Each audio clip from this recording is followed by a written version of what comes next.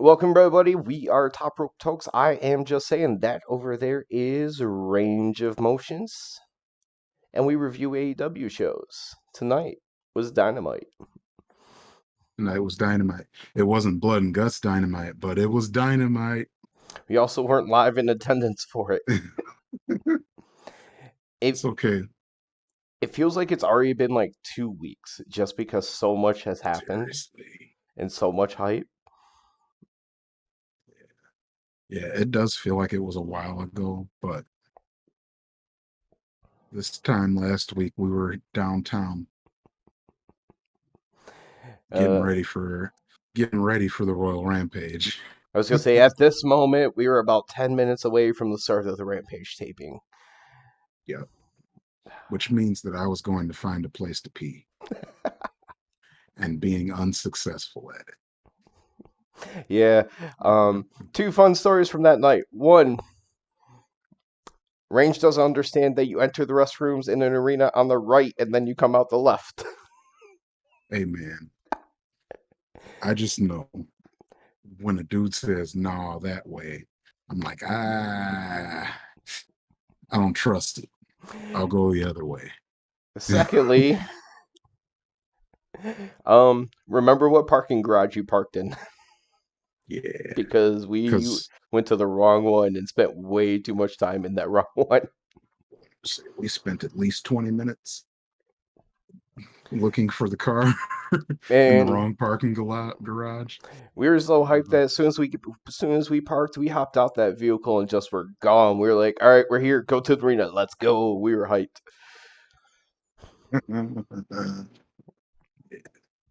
but hey, we're not here to talk about blood and guts this week. We're talking about this week's dynamite. No They special name for this dynamite. It was dynamite though. Next week they're having a special one though. Next week is a special dynamite, but Because it's the not blood and guts. No, no, no, no. I feel like Blood and Guts was like the AEW extension of having the Forbidden Door pay-per-view, where it's like, hey, that's where we're doing the showcase for like AEW versus New Japan, but like our extension, we're giving you a pay-per-view on Wednesday. Yeah, that was dope. But hey, but this Wednesday, we started off with a title match. And another match that you thought Wardlow, would have been violent because it was a street fight. yeah, Wardlow versus Scorpio Sky for the TNT title in a street fight. Wasn't much of a street fight, to be honest with you, but there was a couple things in there that I guess could be street fight. Most notably here, Scorpio's whole American Top Team crew comes out. There's got to be about 8 dudes with him, which, you know, kind of stacks up the odds in Wardlow's favor because the more dudes that Wardlow faces, that means that Wardlow's probably going to win. And I guess we'll get to that in a moment here. If you got some highlights from the match that you would like to There's bring one through, thing that I think you missed, um, as you're prepping some food. That I was was hungry. very early in the match. Scorpio gave no fucks. It was a street fight. He just blatantly stopped running and kicked Wardlow straight in the dick. Um, but Wardlow didn't go down. And in fact, he just kind of did the whole bend over and like hold himself for a minute. Then Scorpio went to go do something, and Wardlow caught him with a belly to belly suplex. So he got straight up kicked in the dick and didn't even go to the mat. Yep. Yeah. Wardlow is Goldberg with a really messed up ponytail. This ponytail part way through the match, it like started to come down and it was like drooping down the side of his head. And it had this like weird, I'm trying to bring back the 2000s emo look for a second. Yeah, it was And like a mix up between the undercut and not his hair on top not being super super long. So it's like a baby ponytail. yeah, yeah, it looks goofy. But hey. But I don't really have a lot of highlights from this match. Um, I mean the so can I end jump straight towards the ending here? I mean the end was I where did most get of it was anyway. yeah, Yeah, one thing Wardlow did do a senton off the top rope, which I thought was cool because you don't see Wardlow do anything besides powerbomb. But so he does get ready to do his powerbomb symphony on Scorpio, and as he gets ready to do his powerbomb symphony, he hasn't taken his straps down yet. Here comes all 90 of the American top team dudes to attack Wardlow. Of course, Wardlow beats the shit out of all of them, but that gives Scorpio the distraction he needs to hit Wardlow with over the head with the belt while he's beating up all 8 other dudes that he brought out to the ring with him. Scorpio went for the pin after this one. Now, the first time that they fought, this gave Scorpio the win. This time, Wardlow kicked out, which before this match, I said what was going to happen here. But yeah, so after Wardlow kicks out, Scorpio starts to pantomime removing the straps like how Wardlow does when he's ready for his powerbomb symphony. And Wardlow gets a counter, knocks into Dan Lambert. So Dan Lambert's the last guy left, knocked him off of the ring. And now it's time for the powerbomb symphony. And we've got a new TNT champion in Wardlow. It was predictable, The to me at only least. thing, so like the only, I mean, it felt like it was going to happen. The only thing I was giving it was cause to pause was because it was a street fight where you could do so much to stack the odds, where you could justify pushing it off for a few weeks or something like AEW often does. Like I was curious. I never did it, but I was kind of curious if maybe they were going to have a show in like Cleveland or something, since sometime Mhm. soon, since a lot of times they'll do that loss, just have you come back in like a month at your hometown and win it. Like they've done it at least a few times. Um, Yeah, Thunder Rosa being one of the more recent ones, because yeah. before she beat Britt, she lost to Britt like a month prior. Um, the only thing that bothered me was how silly part of the end was. He took his sweet time after Powerbomb 1 before he hit Powerbomb 2 and 3. At this point, most of the beating up of American Top Team was simply like grabbing him, maybe throwing like a knee and then tossing him out of the ring.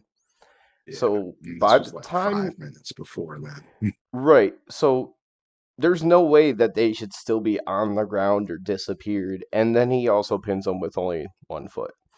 Hey, they're not they're not as strong a competitor as Scorpio is, apparently. So it was just But in there yep, like, so we got a uh, new TNT champ. he had all the confetti rain down too. Hmm. The reign of Wardlow begins. We'll see how this goes. We're gonna have to Um, hear Wardlow's World like every week now, and I think it's I hate the line. I honestly do. yeah, yeah. I think he should have a match against Goldberg. It would never Um, happen, but I think it should. I think that they need to have a match, uh, Goldberg versus Goldberg.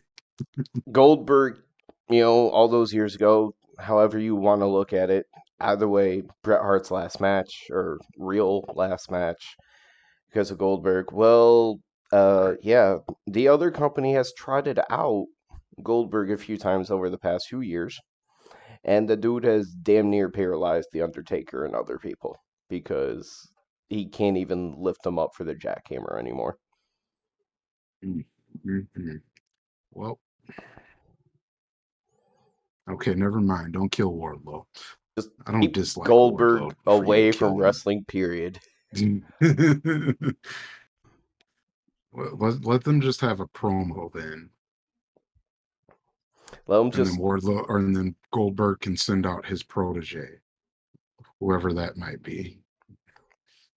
he could do a who's next, but instead of like the intense, like you're next, like I'm gonna beat your ass, he'd be like, you're next, and pass on the torch of like the catchphrase or something.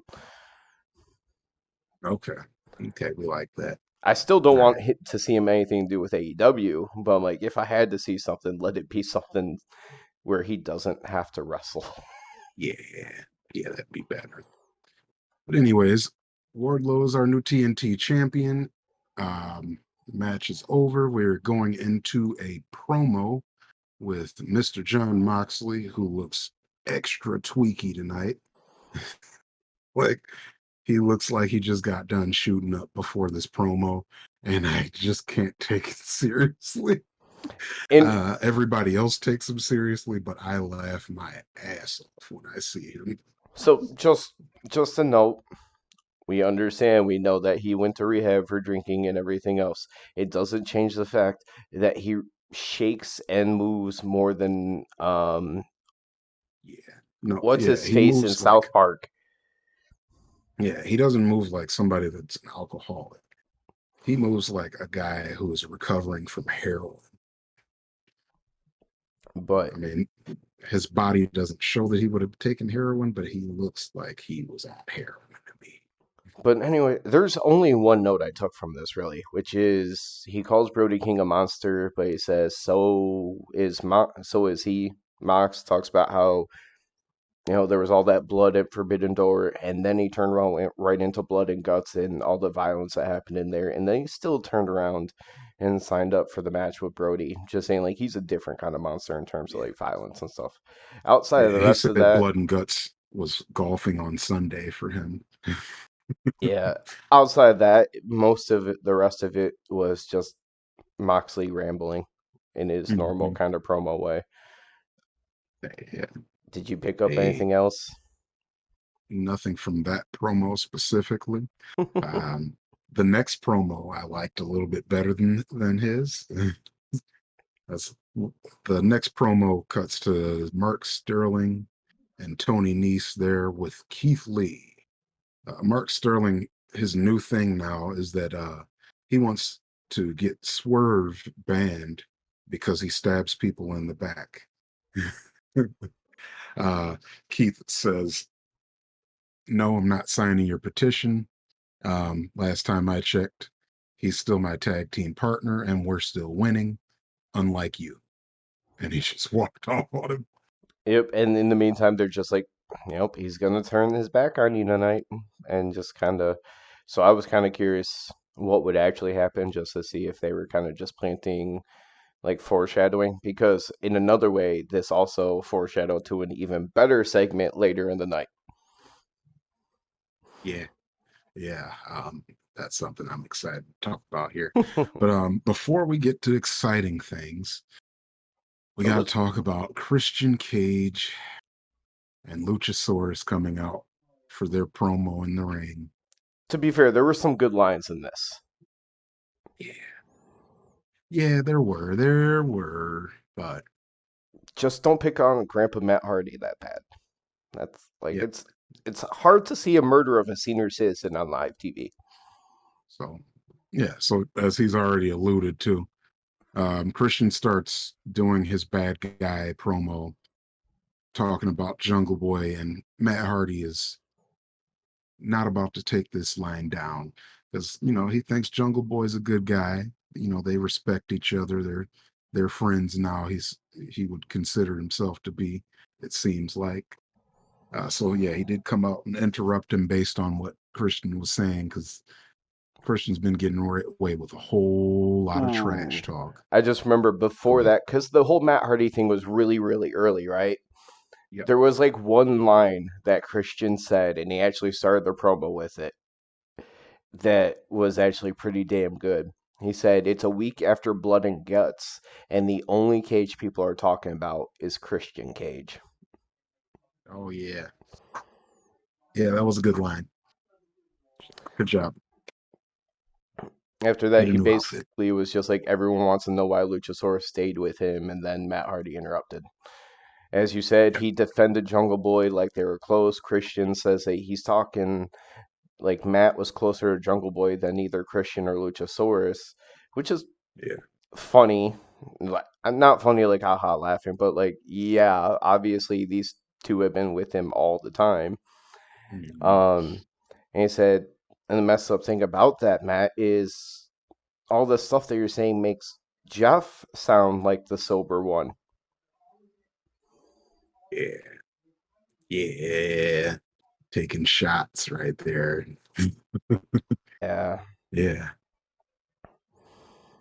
but that wasn't I even the don't last quite one. remember exactly what Matt said to, said after this as his rebuttal, but I know that Christian was not done bringing up Jeff Hardy during his promo. Because what he ended up saying was he alluded to what Christian said as his original reasoning. He talking about like riding Jungle Boy's coattails to get another big payday and all that kind of stuff. And so he turned back and clapped back with like riding coattails, like how you ignore your brother's issues just so he could come here and you can ride his coattails for one last run. Mm, there we go. Yeah. Yep, that was the line there, I believe, that set Matt off. Yeah, there was like one And more line, but it didn't fucking matter. That was the point. yeah, Oh, because he so called yep, him the embarrassing one in the family. yes, there we go. Yeah, he said that he was the embarrassment. So Matt goes and charges in, and obviously he's about to get whooped Not by because Christian. he just, yeah, he attacked two guys, and one of them was Luchasaurus, who's like a foot and a half taller than him. Damn senior citizens picking fights with monsters. Yeah, like Luchasaurus is like 65 million years old, so That's a lot he's of actually fighting much experience, older. man. Yeah, because I guess after a certain point, because you reach your senior citizen age, and then once you reach dinosaur age, that's different. You're a dinosaur. That's when you So realize you're practically immortal and you have superpowers. yeah, It just yeah, that wasn't unleashes it fair, all. Luchasaurus. Like Matt looks like he's about to fall over at all times, and you did that to him. That's rude. Legitimately look like Matt Jackson aged 20 years. He really does look like I think that's what Matt Jackson's gonna look like 20 years from now, for sure. Gotta be. Everyone go tweet at Although, Matt Jackson to do one of those phone apps where you can age yourself and tell him do like 20 years and compare it to the picture. see, although the Bucks gotta be in their 30s though, right? Um, I want to say the younger might be like mid 30s ish, and the older might be like slightly on the higher side of mid 30s. Yeah. Like I'm they gonna might say be yeah, like they 34 and 38 or something like that. yeah, I'm gonna say yeah, they look like about our age, maybe a little older.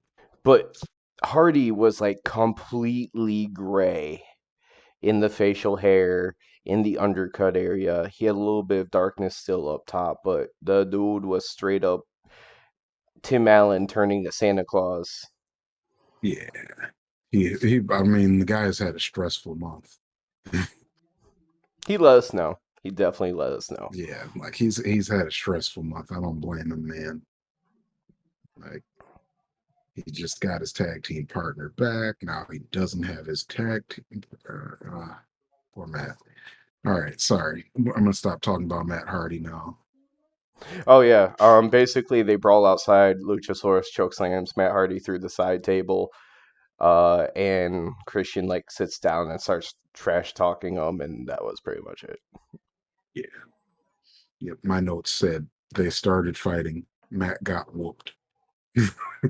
Let's find actually say yeah, because oh yeah, fight breaks out. Luchasaurus destroys Matt, chokeslam through ringside table. Yep, yep, yep. There we go. Hey, but then next thing we had was a blood and guts promo. Yeah. Yeah, so they showed a short video about blood and guts, which was dope. I'll have Um, to, because it's mostly on a Twitter kind of thing. I'll have to send you the full video. There's actually like the full video okay. was them setting up for Dynamite tonight, but the blood and guts Mhm. part itself was a lot longer. Like you saw Cool Head Ange, and all he had was like one line in that. No, he had a lot more. Yeah. Daddy Magic had a lot more. Okay. Okay. All right. All right. Well, But either way, we cut to Hager and Claudio there with Tony. Um, Tony lets us know that they've agreed to a no violence something or other, like they do, just to let us know that they're not about to fight right now. But next Um, week. yeah, next week. Hager says Claudio's not tough enough. He was never been a champion like how he has. Hager's an undefeated MMA fighter. And then Claudio says, well, yeah, but recent history is since I got here in AEW, I'm undefeated. So my record's better than yours. hmm the only thing really notable is they're going to fight next week. And depending on what kind of person you are, you might want to take note that Hager actually dropped the three letters WWE on AEW television. Oh, yeah, he did say WWE specifically. Yep, because when he says he's never been a world champion, because Hager, I can't remember if he was I think he was ECW the champion, champion. but I know he was a world champion of some sort. I mean, Yeah. that company had three different championships belts at one point. Yeah. So, yeah, Um, he won one of them. but yeah, he's like, you've never been one. Where have you been? Like, I can't remember where all he's been. Let's just say Ring of Honor, WWE, and you're never going to be one in AEW. But, Yeah. Yeah. Yeah. So they'll be scrapping next. yep. Cool. Yep. Yep. Yep. After that, it was, unless I missed something, which I did not step away for anything at this point, was Butcher and the Blade versus Swerve in Our Glory, where the whole match, the commentary was just talking about the difference between them as a team and can they get along, but they were fine. Yeah. Yeah. They showed less fissure, like a fission in between them than usual, actually, here. Like they were both all about their business today, not letting, they put that behind them, at least for today, it seemed. So I don't know because it went to a commercial after, so I don't know how much of this was a planned spot, but it was pretty ugly looking. At one point, Swerve was on the ring apron, and they did like an actual legitimate trip up, like grabbing of his legs. So he like face planted into the ring apron, but when he did it, he looked like he landed square like on the top of his head, and it looked ugly. Then they went to commercial. Yeah, it looked pretty ugly. I have no other notes on this I, match until the end, though. I don't know. Yeah, I don't have a ton of notes off of this match. It's just Butcher and Blade are dope, and Keith Lee and Swerve are always must see TV. So it ends up being an entertaining match for me. Um, so if I want to put one, like if I want to put one single hit as my hit of the night here, it is definitely in this match because dude, Keith Lee's slap, his Oh, overhand slap mm-hmm. is ridiculous, but the one he did on the Blade, it sounded like his heart came out of the back of his chest and through his back.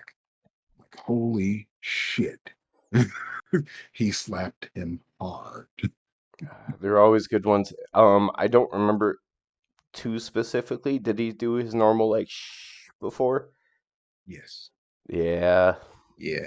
Mm-hmm. Yeah. Yeah, that was a loud slap. That was definitely the loudest slap I've heard on TV. And it wasn't just like a good skin contact. It sounded like he just caved his chest in. Keith Lee with those chops are always a good one. I'm going to save mine for. There's a part later on the night where it's not as one big hit. It was more so for a sequence, but we'll get to Yeah, it. yeah, Um, we'll get to it. the only like one of the big story beats in terms of them getting along was towards the very end when Swerve was climbed to the top turnbuckle, his feet got taken out from him, so he kind of like did the fall back on top rope. And while Keith had the blade, he reached over to Swerve and kind of like pulled him back up on the rope, gave him a fist bump, and then they hit Swerve in Our Glory for the win. A little fist bump Yeah, during the middle of the match. yeah. But the most important thing about this match was what happened afterwards. As Trick ass bitch. here, here comes Ricky Starks and Powerhouse Hobbs. They come out real pissed off for whatever reason. Like them being pissed off at Swerve and their glory. It still doesn't make a whole lot of sense because you beat them already, and you're just why we told you guys about this, but yeah, Hobbs calling them trick ass bitches was the was the funniest moment of the night for me for sure. And then But it yeah, gets worse because Ricky turns around and he like does the most like emphatic version of the word playa they possibly can. So I'm like, they're just going all out on like did they just basically say we're gonna go out there and just fit this demographic as hard as we can for about 30 seconds? feel like that's what happened there. Either way, they got me fucking hyped. I So laughed. they knew they were talking directly to me. I laugh because you don't usually see them like you'll see like references to like that part of their personality, but you never see them go like Right. I don't want to say that basic with it. I don't know like Hmm. more roots or to the street or like to the the playground as they get like the young kind of stuff. So I was a surprise here. I'm like usually I'm expecting like the witty, more drawn out things. No, they just went straight for like classics. You might as well just walked up there and be like, Yeah. bitch, and walked Yeah. away. Yeah. Like that was pretty much it was a pretty childish promo and I liked it. But Fun. towards the end of Starks's rant, he keeps talking about how him and Hobbs are the best tag team. No, nobody's better than them. They're the best tag team. They're the best tag team. And the Young Bucks music hits Uh, because he's been saying that they're the best tag team for weeks now. And it's about time no somebody doesn't let him get away with that. But yeah, they come out. I still can't tell which one's Nick or Matt, but whichever one has the mic first, he says, "We apologize for the interruption." And it's like, oh wait, no, we started this company. We don't have to apologize for shit. if it helps you at all, remember Matt is Matt. That is The Matt. one that Okay, would remind you of Matt Hardy is Matt okay, Jackson. okay. So that was Matt. Then. All right. The one Yeah. that's balding more is and would wrestle more like Jeff is Nick. Okay. But the Yeah. one that's So 100% like Matt Hardy is Matt. yep. So yeah, that was Matt. I thought the Young Bucks had a couple lines in here. I didn't take all of them down as the main focus for me here was we're setting up a triple threat tag team match. Mm. Yup. Yeah. The biggest thing that I can think of that was there was a couple of decent lines, as you said, like nothing that was like over the top amazing where like had to write it down. The one that was a logic thing, but also a really good point is both those teams, they were like, you're both really good, but you both just lost to Jurassic Express at Double or Nothing. And a few weeks later, we beat them. So it's just basically saying like, hey, we're already above you. Um, they were trying to set up Right. that triple threat tag team match, and as they were saying, you and you fans are Oh just sitting there chanting, yeah, the fans are chanting FTR, FTR, FTR because they're talking about the best tag team. And hey, and you this can't talk about the best tag team without talking about the top guys. and this might be where you get a line that you might remember because they basically pulled an MJF quote because that's when Nick says we're better than them and you know it.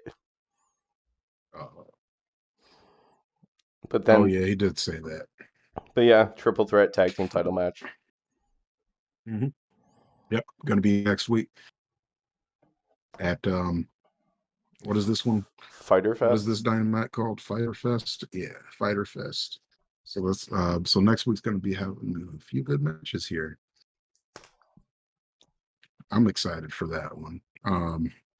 Not excited to watch Swerve and our glory get another title shot and lose, but eh, Yeah, it's hard to imagine they would put the belts on the Bucks for that short of a time period. yeah, yeah. Like I don't. What I think this match really is going to do is just kind of lift up that the feud between Hobbs and Starks and Swerve and our glory. Plus, I think And it's very obvious that the Bucks are not going to lose these titles until at least they face FTR again. yeah, yeah, I think they're headed for a collision course here where they're going to have a winner take all for all 1 million, however many belts it's going to be by that time. But hey, Yeah, I'm not so we even, got that going. Um, what we have coming up next? Oh, Malachi Black. He cuts a promo on behalf of Brody because apparently Brody doesn't do his own promos. yeah. Um, But yeah, no Brody King. Brody King only appears at the end my and only kind of note looks menacing. was Malachi addresses Mox, and he says Mox thinks he knows violence. Basically, just Brody's a monster, and yeah, that kind of Yeah, stuff. he said he envies John because he gets to be in the ring and experience the pain. Like, all right, yeah, whatever. Malachi cut a promo for Brody King about the main event of tonight's Dynamite. Yippee I skippity. I enjoy Malachi in the ring. I do Yeah. not care for Oh these yeah. vignettes whatsoever. Oh yeah. Yeah, he's dope in the ring, but the House of Black promos I never care for. Mm, I mean, I know We there's had a people whole that lot of like it, fucking but eh. promos tonight. We had a whole lot of promos tonight. The next one for the never-ending feud. Yep. Here's Eddie Kingston. He I didn't really take a whole lot of notes on this because I am just tired of the Eddie Kingston Chris Jericho thing. Honestly, it's a very straightforward. There's not a whole lot to it. It was he congratulates Wardlow. He congrats to the Blood and Guts winning team. Even Claudio talks about he's maturing. See, he's because him and Claudio don't get along. He said he wants Yeah, Jericho's because Jericho made a liar out of him because he didn't get to taste Jericho's blood, even though he's biting the shit out of him. Jericho yeah, didn't bleed. Jericho interrupts him from the Tron, calling. He's like, "Crazy? You want to see crazy?" And then they show Tay Conti slam an SUV door. It might have been Escalade, I think it was. Door on Ruby, and then they take off running. yeah, yeah. And he says, Eddie, you don't want it. The Chris Jericho's promos about Eddie Kingston are like middle school fight. He's like, yeah, you want some of this? I'm out. That's what you get with sports entertainers. Yeah. Hey. Yep. Did they set up a match or anything, or is it just I mean, more obviously, it's long term storytelling for these two? I mean, obviously something's gonna happen at some point, but no, that was basically it because they went to a commercial. I stepped away, but when I came back, QT was already interrupting the Dark Order.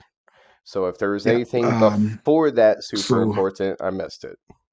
not a ton important. Dark Order does come out as we're in Rochester. the hometown. Yeah, we're in Rochester, the hometown of Brody Lee. So of course we get Dark Order out here with -1. They're just there really wasn't a point to their promo. They said that they're sticking together. Like I don't think anybody said that the Dark Order was going to break up or anything like that at No, any it's an point. online thing. Oh, Because okay. Stu Grayson's contract expired and he left. Hmm. Alan Angel's contract expired 5. and they offered to keep him around on like a per appearance kind of deal. And he's like, "Nah, I'm gonna go try to. I'm only 24. I'm gonna go try to make my name." So they've lost a couple of members, and Stu Grayson was Evil Uno's like longtime partner. So it is more so them being on TV less, and a couple of their guys no longer being with the company. They're not featured with Hangman much. Wink, wink. Right. Yeah. So, but yeah, that was really it. They obviously they bring up -1. It's Brody's son, Brody's son, so they have to bring up -1. But then QT comes out and interrupts. And QT challenges Marshall a 10-year-old to a talks fight. some mad shit. Yeah. He talks so much about -1 and how he's nothing like his father. Like his father was a great champion and his father beat him before, but he's nothing like that. So yeah, he challenged -1 to a match. And It gets better because he even says, "I left all my friends in the back. Why don't you send your friends away and we yeah, can have yeah, a he told fight?" him to send everybody away. Like, so he wants to fight a 10-year-old straight up. God. I love QT I'm Marshall. like, it's so stupid, I but it's love so him like so much. ridiculous that's kind of funny. I just don't want to see it all the time. But in Yeah. spots like this, it was like, the fuck? But yeah. But yeah, QT is getting in all of his stuff here. After he offers to fight -1 and tells him he didn't bring any of his homies out and he should send away his. Here comes the Hangman music. Cause, Hangman's not a member, but he's one of their boys, and you're not about to Hmm. talk about -1, a little boy, without catching something from Hangman too. So Hangman comes on out. All of Dark Order jumps QT's ass.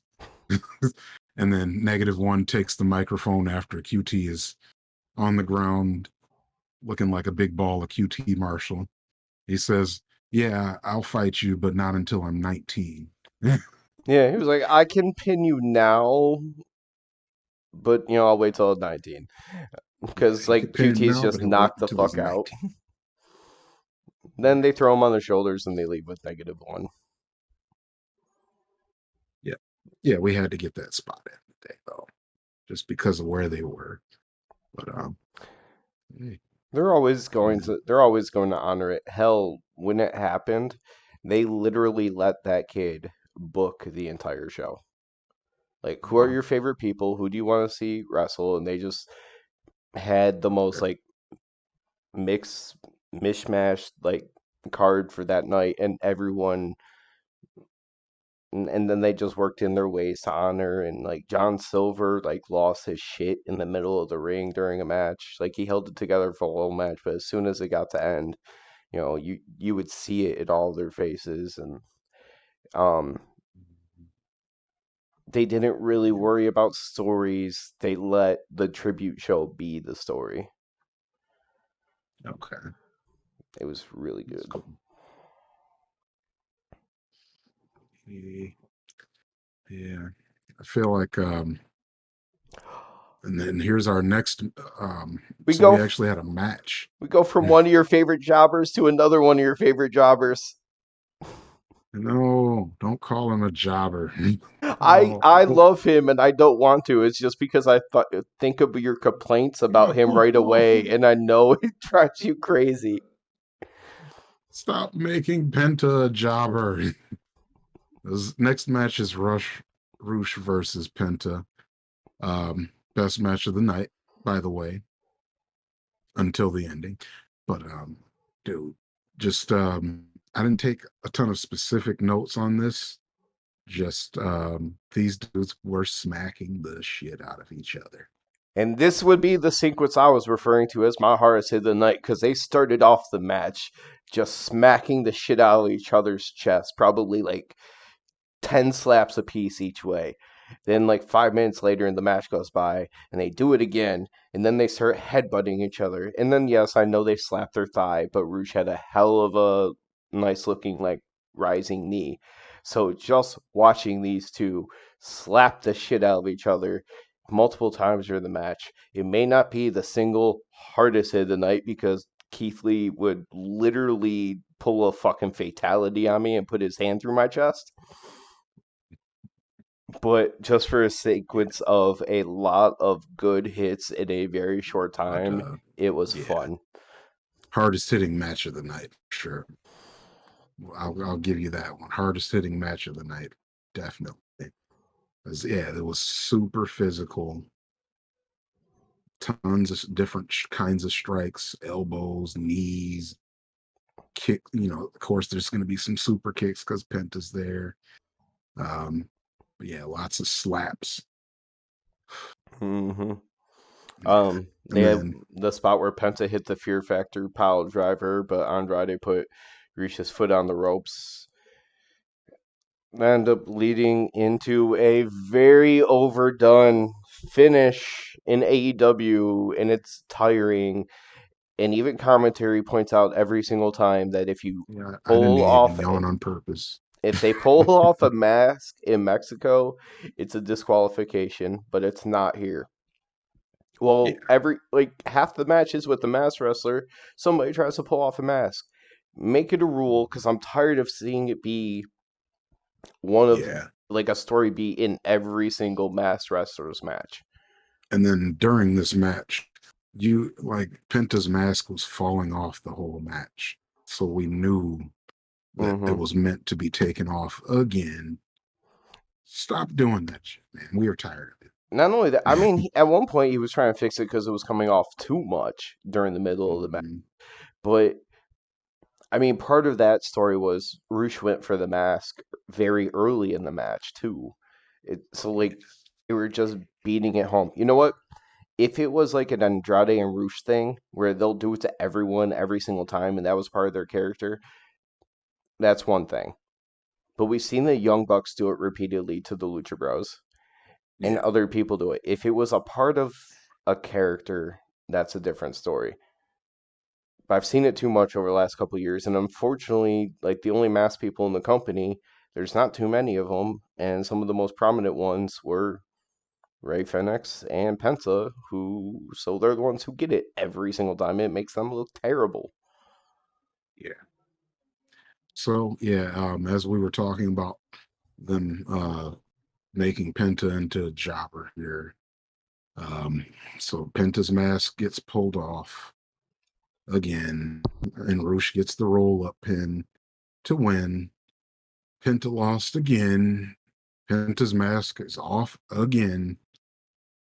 Stop treating Penta that way. He's too good for that. AEW, your dicks.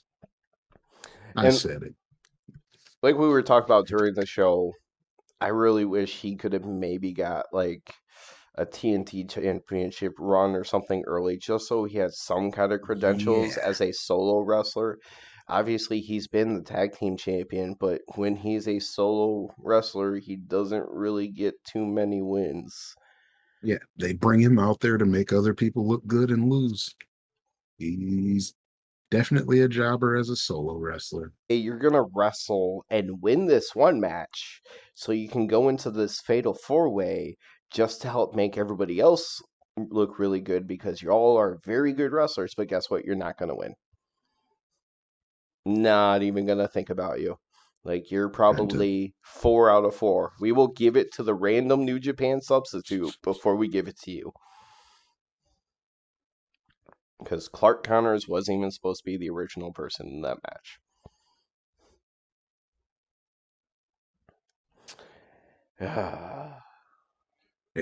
But after this match, somebody that could probably help Penta out with the mask thing, Mark Sterling pops up again here. Nope, nope, you're skipping something. Am I? Okay, The Jay we'll go to that. Lethal group just hyping up that it's official Samoa Joe versus Jay Lethal for the Ring of Honor television title at Death Before Dishonor. It was just really to hype up that announcement. That's all. since Okay. Joe's not around. But now we Yeah. get the Mark Sterling and Tony Nese again. Yeah. Yeah. Their Ring of Honor promo. Yeah. Yeah. Yeah. Mark Sterling. He he is working hard to get Swerve banned from AEW because he's just too dirty. But he's got the best friends out there with him, with Orange Cassidy. He wants Orange Cassidy to go ahead and sign that petition after Swerve eliminated him from last week. Orange Cassidy says he does not sign anything without his lawyer. And because he is dying right now, I'm going to keep going. I'd usually let him take over right now. But when he says lawyer, here comes Danhausen with a tie on. And the tie is literally like a foot below his neck, hanging like down here. Overruled. Danhausen is now Orange Cassidy's. He is Orange Cassidy's lawyer, and he overruled everything that Mark Sterling said there. Oh God. Because Okay. he basically said the same things that Mark Sterling did, but in Danhausen form, which is better. So yeah, like they're starting to like Tony Nese gets annoyed, threatens to fight Orange Cassidy. He's like, hold on. Sterling's like, there might be money in here. Then yeah, Danhausen basically goes like, no, don't like your idea. Overruled.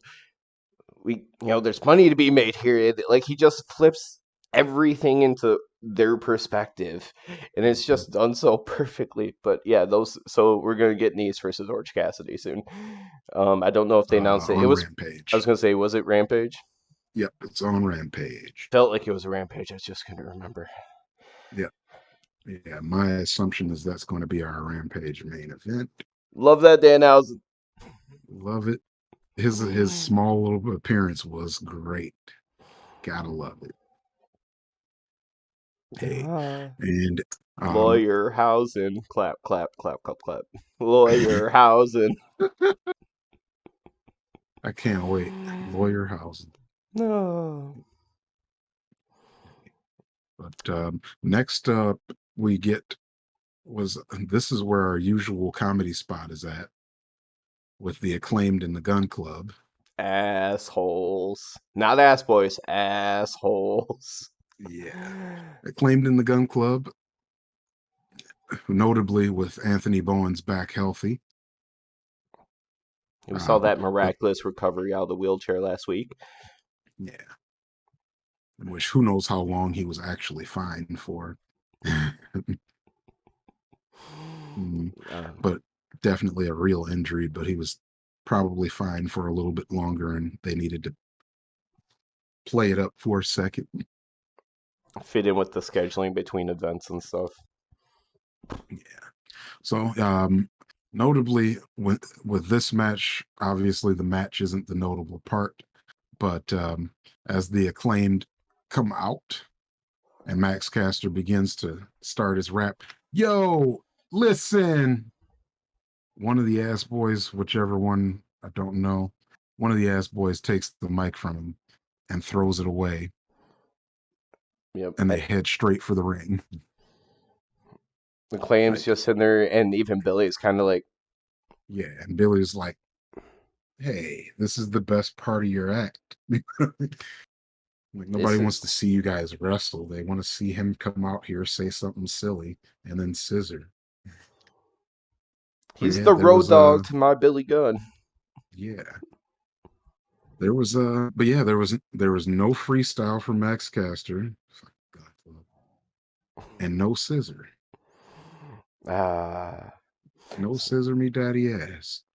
Yep, we lost it. Um, I mean, the match ended up with Max Caster went up, hit the mic drop. Oh, they're facing Roughing It and Fuego, by the way. 4v4. It's just we didn't know who they were facing because it was just Gun Club and the Acclaimed in action. Yep. Um, so Caster hits the mic drop, but as he was at the top, Austin tagged himself in. Ref wouldn't count the pin. Max is like, what the fuck? Austin comes in, just goes, gets the pin, starts to celebrate, and claims are just like, what? Like, why? And it Yeah, looks like they were like there was a little bit of tensions, and they went to address it. And when that happened, Billy just turned the fuck around and gold cocked Max Caster and laid him out. yeah. Billy Gunn.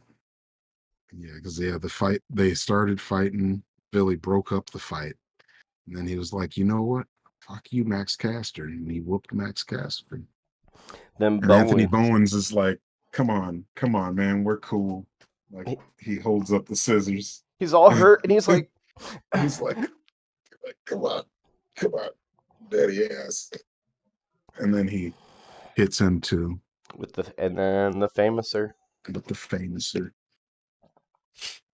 I know one of the kids. I think Austin grabbed like Bowens' hand after and like held it up to do Yeah, a scissor, yeah, but and he then they did just sat there hold and it up kept and doing the scissored. taunt.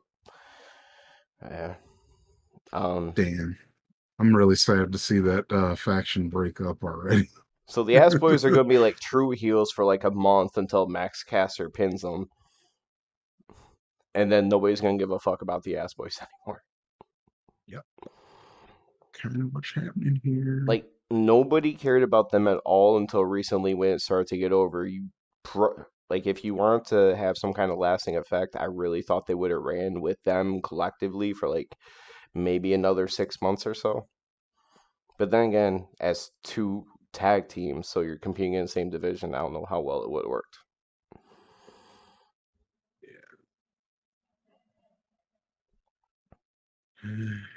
It's okay. It's okay.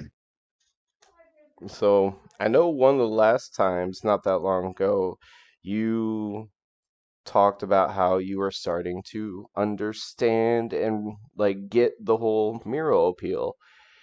Yes. And next we got a video package, basically referencing back to the Forbidden Door pay-per-view and his issues with Malachi. The only notes I really got from this is he lists off a number of ways and how they're different. One of them was Malachi collects the weak while Miro breaks them. Anything else besides like the ending line that really stuck out for you?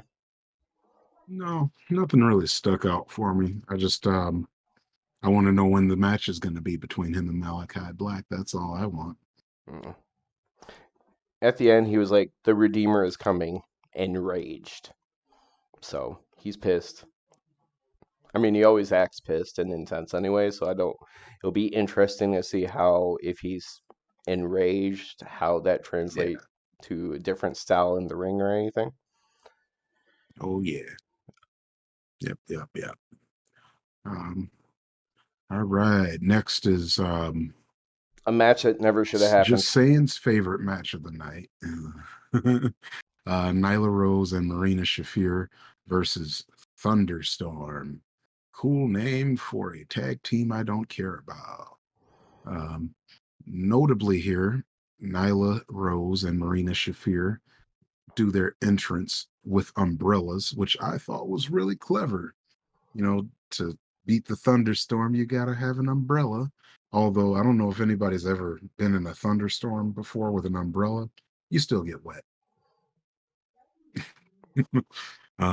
So I think that was also foreshadowing of the fact that obviously you can't let Tony Storm and Thunder Rosa be in a tag team and lose a match Yeah, nonetheless, because like Tony was about to turn on Thunder Rosa or something, get another they title are shot. like the only baby face women they have. So yeah, them in a Um, tag team, they gotta win. notably, Tony Storm had a big old smile during her entrance. And the only reason I say notably is because that is the most emotion that woman has shown on AEW television since she got there. She'll do like little slick smiles or like smirks or whatever, but she had like big ass smile And when Rosa came out, they were smiling together and everything. So I'm like, hey, at least she isn't just like super serious face and nothing else. So hopefully for the sake of having her on my team or TV all the time, I start to see personality develop on TV because I'm not going to just randomly support her and find her entertaining unless she does something to be that way. Yeah, hopefully so. But yeah, I didn't take much notes on this match. It was Of course, predictable. it's a win for it's a win for Thunderstorm. Nyla Rose was the only one that did anything that was interesting out of all four of the women. Well, Tony did an assist off the top rope on Thunder Rosa's driver to get the win. But I mean, it's nothing. It's okay. It's a tag team double team move, but that's like saying a spike pile driver is some kind of innovative move. No, you just have a person kind of jumping off to do a push. It's not anything like super team chemistry based. But have fun with the But next hey, segment because it's your favorite and it was short. yeah. Next up is a short promo for Jade and the Baddies. Uh, Jade, she gets like she immediately tells Tony to cut the shit. Doesn't say much here because she's got kind of that what the fuck is going on face. Most of it, like I'm a little pissed, like what the fuck's going on. But Stokely takes the mic. Man, I love when Stokely gets the mic, dude.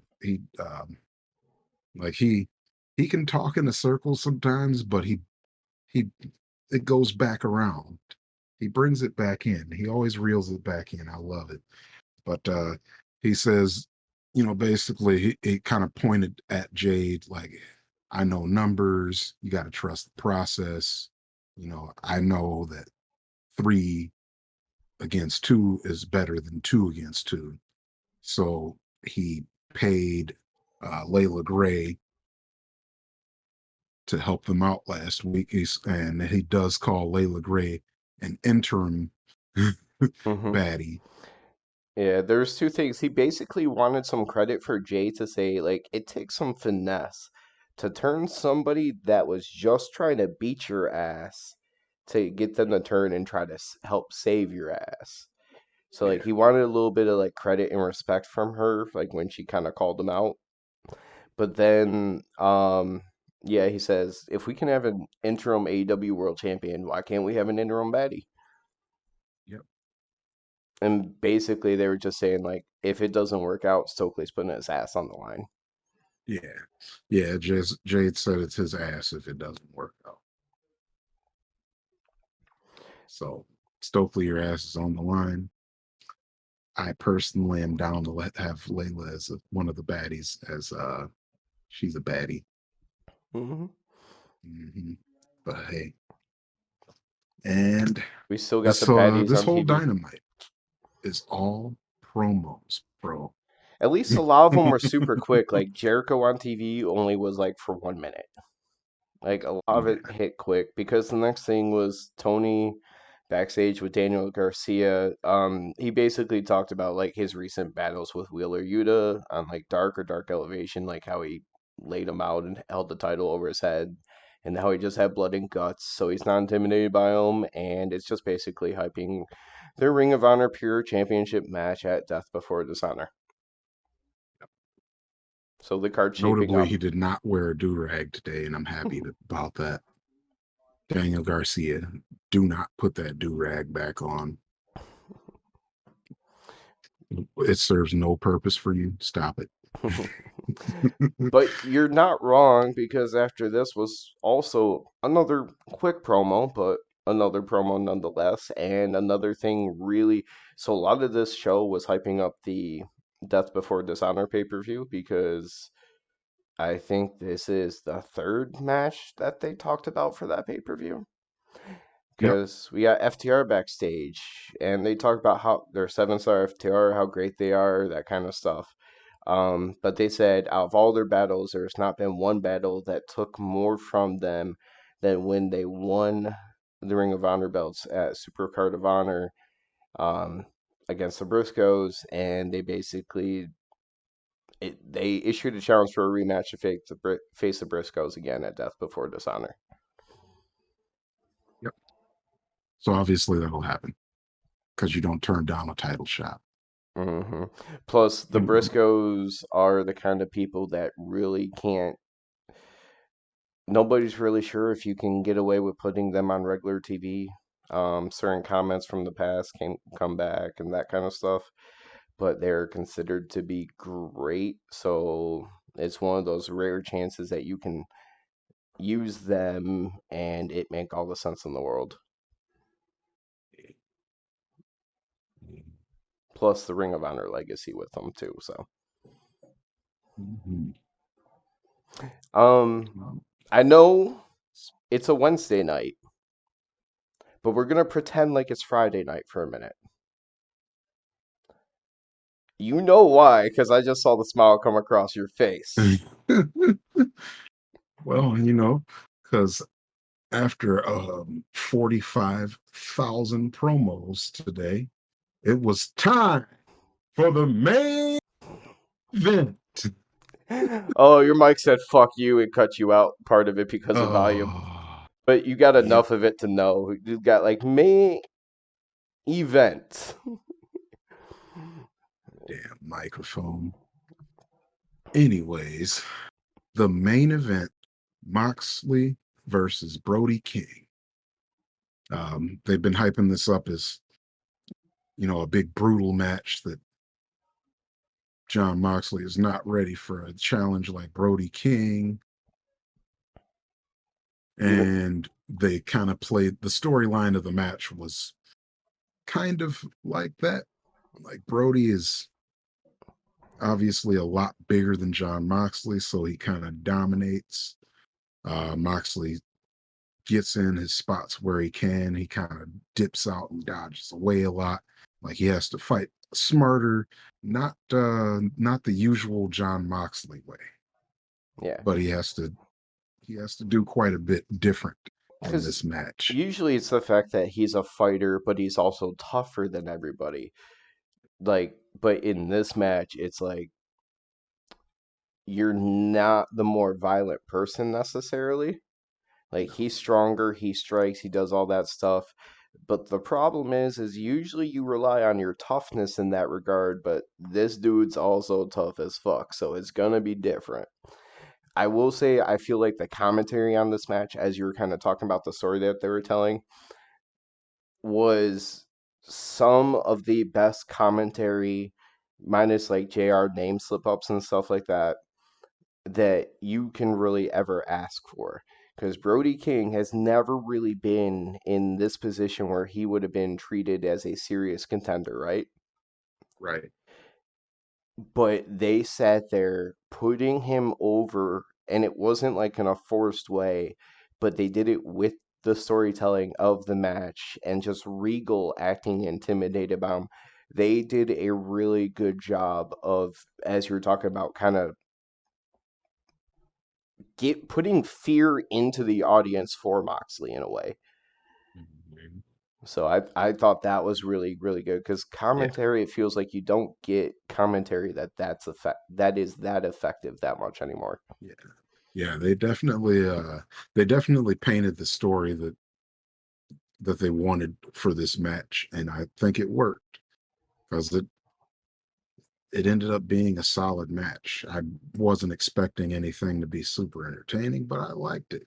Um, you get Mox going after Brody's knees quite a bit. They definitely talk about how, when you face a bigger man, you obviously got to take out the legs first, as that puts him on your same level. Because Mox was Um, actually wrestling like doing dragon screws and stuff to work on the legs. yeah, yeah. This was not. I mean, Moxley definitely does try to strike with him, but the story is it's not going to work. You got to wrestle this time. Yeah, usually Mox is in the situation with like a Samoa Joe or a Suzuki where it's like you may evenly trade strikes, but he's not usually the person in a striking battle for in his career that is the I'll strike you 3 times, but you strike me once and I go down. It just doesn't really fit his style too often. Sir.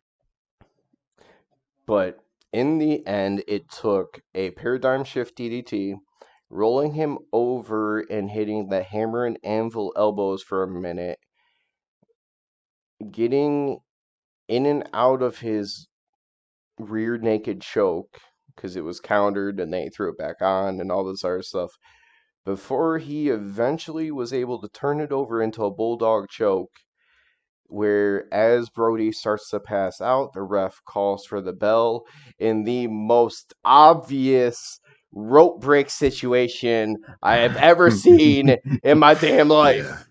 Yeah, like if Brody just stuck his arm out, it would have been on the rope. Brody was literally Like on he the didn't mat even. like this, so his arms didn't stick out at all. I don't know if he did that purposely so that way it looks further, but he was doing like the crawling, he was on his elbows, but like he Yeah. had his arms tucked in so far. Yeah. Yeah, he could have definitely reached out and grabbed that rope. He sure didn't. Oh He my gosh. But yeah, Mox wins, of course. He's not losing until he faces CM Punk. Yeah, So definitely. I don't know how they're going to keep this story going every week or, whenever he defends the belt, because obviously he's got to face CM Punk before he loses. But remember, we never really got clarity on what the injury was. It could be something where it's just like 2 to 3 months for Punk because he didn't make it seem like it was going to be super long. Right. Um, so with that being said, that will wrap up our I, actual. I forgot one thing, you guys. It was very small, but I just realized I had this at the bottom of my notes for some reason. That Butcher and Blade versus Swerve in our glory match when Keith Lee missed the breakup of a Oh, the pin. pin. Yeah, yeah, he missed a breakup of a pin, and the fans started booing hard because obviously it was a 3 count for the Butcher and Blade, but that wasn't how the match was supposed to go, so they just didn't count three, even though it was like three and a half. Yep, I remember because I missed that happen, but then instantly after there was bullshit chants. So Yeah, yeah, there was bullshit chance there because they definitely messed up that spot there, and it was mhm. bad. It's gonna happen, unfortunately. Now, with everyone knowing so much more about wrestling, it's so much easier to pick out on certain things.